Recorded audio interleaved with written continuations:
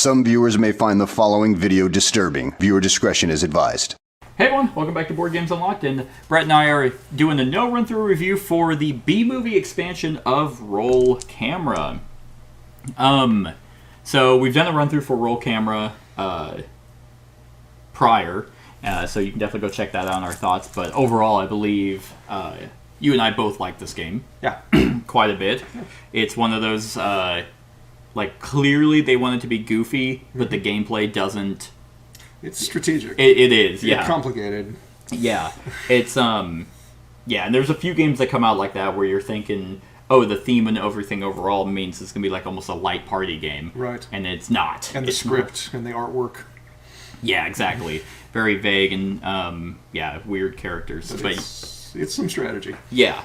So, I think it's cooperative. Exactly. Yeah, so definitely go check out our discussion on Roll Camera, but we're going to talk about the B-movie expansion, where the whole theme is you're making a B-movie. And I remember in our initial discussion, we were kind of talking about, I think, one of the things that not necessarily was a negative, but was something that I was wanting out of an expansion, which was just more content. Right. And they definitely give that to you here. Like, you're given, so many new scripts. Like, this is the main game and the expansion.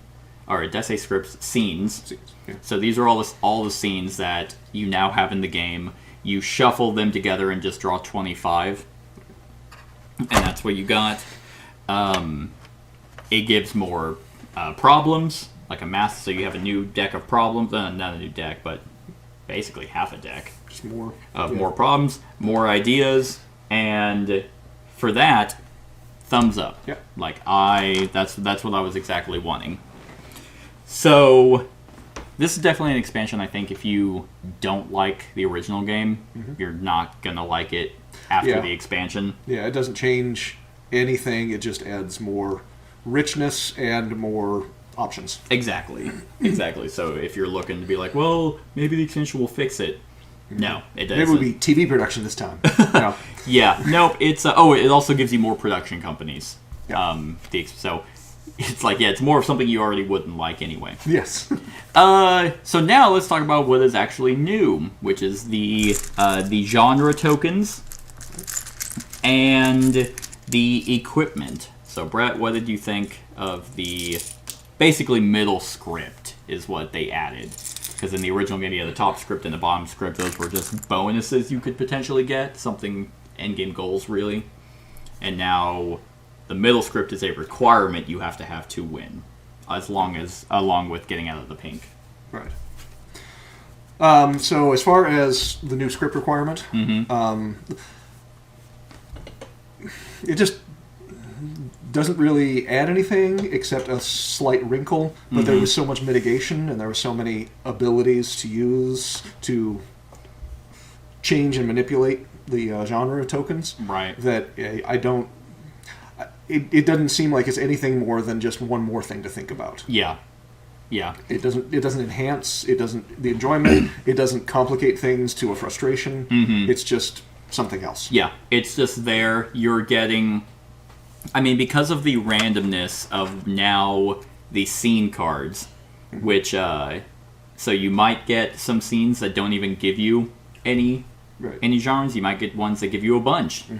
So it's very random with the scenes you're shooting, and this is probably my only biggest negative of adding the expansion in, is because you have such a fat deck, you just add 25 cards. If you're actually trying to get quality, like the script bonuses, you could be hunting so much. It took us forever before we finally found a comedy scene, and then it's like, oh, okay, I guess we're not going to get one. And I even took the deck and looked through it, and I was like, oh, because there's 3 in here. Right. And there's nothing really that changes, you can't really change the scene. Yeah. No, that's not the whole deck, that's after you removed the ones for our playthrough. What do you mean? Because you remove random scene cards, right? You just shuffle the whole deck. You Right. just shuffle the whole deck and just take 25, and that's your cards for the game. So it's like, oh man, okay, we really need a purple, and there's barely any in here. And the expansion did add multi-scenes, so there's cards in here that are both, like, this one's a violence and a sad. And so they did add, they did add some mitigation to where chances of you needing a particular scene is going to be high. Like, it's not that we never came across the purple. They were in the deck. But you could have that moment where you're... so then you have to alter the script. Right. Not like a major negative, but it can be kind of an annoyance if you're, like, getting real beat up on quality stuff and you're like, we can't even gain any. Like, Jesus Christ. Yeah. The advantage of randomly removing parts of a game is replayability. Yeah. The problem is you may not get things that you're really looking for. And because it only really affects the script, which are just in-game bonuses, that's not a win condition.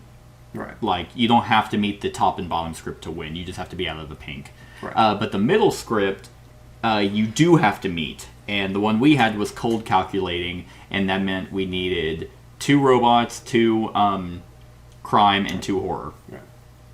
And the cool thing about that, and I'm glad they have it, is if you happen to get no B-movie like scenes in your script, you have an action that allows you to add genres. Right. You have a bunch of ideas that let you add genres. Like, I think the first idea I played was... Oh, where are you? It was in here. I was like, add two genres to a scene. Yeah, that's what I was thinking. There's enough mitigation that it's not a serious complication. It's just one more thing to have to meet. Exactly. And so with the ideas, really, the B-movie expansion ideas, I think, are really overpowered. Not overpowered, but they're really powerful. Yes. Like, one is just resolve 3 problems. Okay. See, I had one. I have an idea, which is pay $2 to resolve all problems. Oh, really? Yeah. But we were so low on money, I didn't want to play it. Yeah, but I mean, I felt like we had a bunch of money, but we were also shooting really high, like the most expensive scenes to keep the schedule like on track, because that's where it starts really coming down to the wire. So overall, I think the genres, it's there, like, and you need to add them to make the ideas and all that stuff work. Yeah. I don't dislike it. In fact, it really kind of comes off as more for the storytelling purposes. The end of the game where you're supposed to tell a story. Right. Now this scene is in this genre. Yeah. So. Yeah. Like our story. 2 people in love, and yet it's a violent scene. Well, yeah. Well, what was like our story was like once upon a time, this kid stole some cookies and gave it to her robot. Because of that robot found human compassion that resulted in him, what did I say? Oh, finding the love of his life. Right. Goes to college and discovers the equation to nuclear arms. Because of that, nuclear warfare falls out, and that's like our violence and horror. Yes. Until finally, his nuclear arms caused him to lose the love of his life. He resorts to crime. It was a depressing crime. It was very sad crime. The crime, of course, was warfare. Yes. And then, because we did the Hydra Studios, which is a new production company, we had to do 7 scenes. And it says, but then out of nowhere, he realizes he has a long-lost son, which is horrifying, because he's a robot who fell in love with a human. He is a hybrid. And then... I mean, they're already rough enough. But it wasn't truly over until he defeated the wizard. And there's your B movie. Like, that's what I would expect from a B movie. Oh, yeah. Because, like, what would you call... Have you ever seen Mystery Science Theater? Oh, yeah. Okay, so all the movies that they watch and make fun of, like, that's what I think of B movies. Typically, yeah. Okay. Or lower. Yeah. So that's kind of what I feel like the genre tokens kind of add more. Right. More overarching whimsical theme. Right. Gameplay, it's just another factor to win. Exactly. But that's where it adds to the theme. And, yes. And the fact our production company, but then there's more. Yeah, exactly. Just like a good B movie. It's not over yet. Exactly. So, and I think that's kind of where, when Kat, because she doesn't like this game, is because she wants the this game almost feels like, because of the storytelling, it wants to be the improv. Right. Which is, there's a game by Portal Games called $1 Million Script, which is exactly that. Right. Improv, pitch a movie. Right.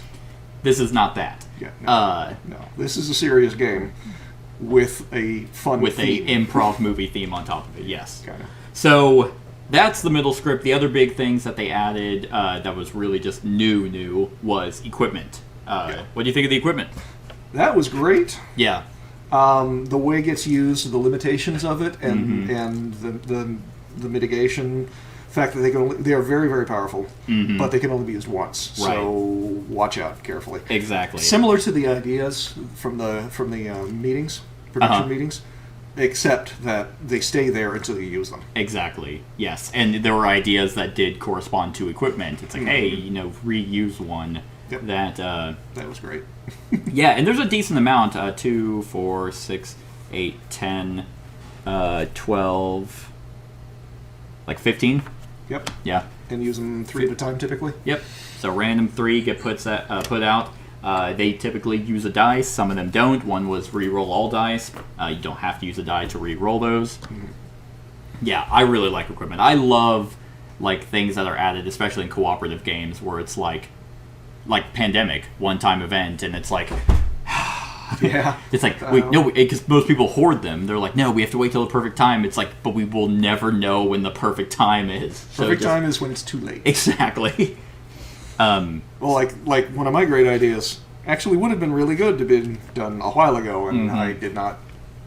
I was holding out for something better, and I missed the opportunity. Which luckily we won anyway. Yeah. Like our star left, which caused our quality to drop, and then we gained some.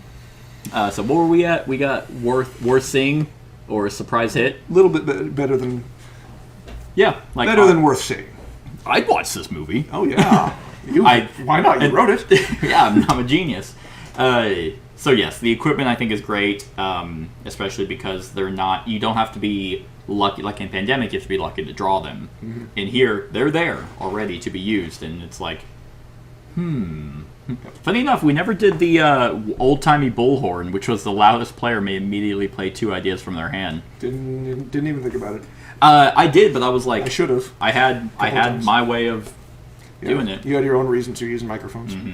And other than that, I will point out, though, that the first thing, when we just laid out the board, first thing about the expansion is it adds several new uses for dice and no more dice.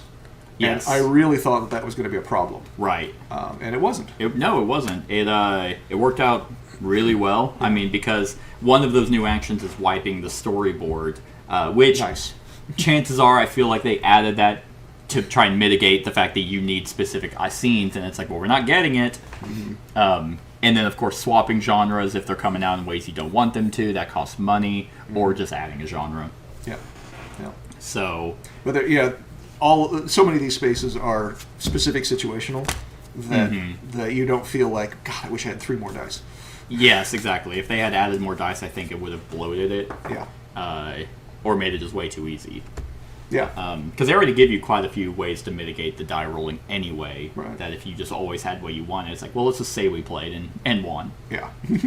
They did add 6 more characters as well, which is also good. Again, this expansion is great because it just adds more.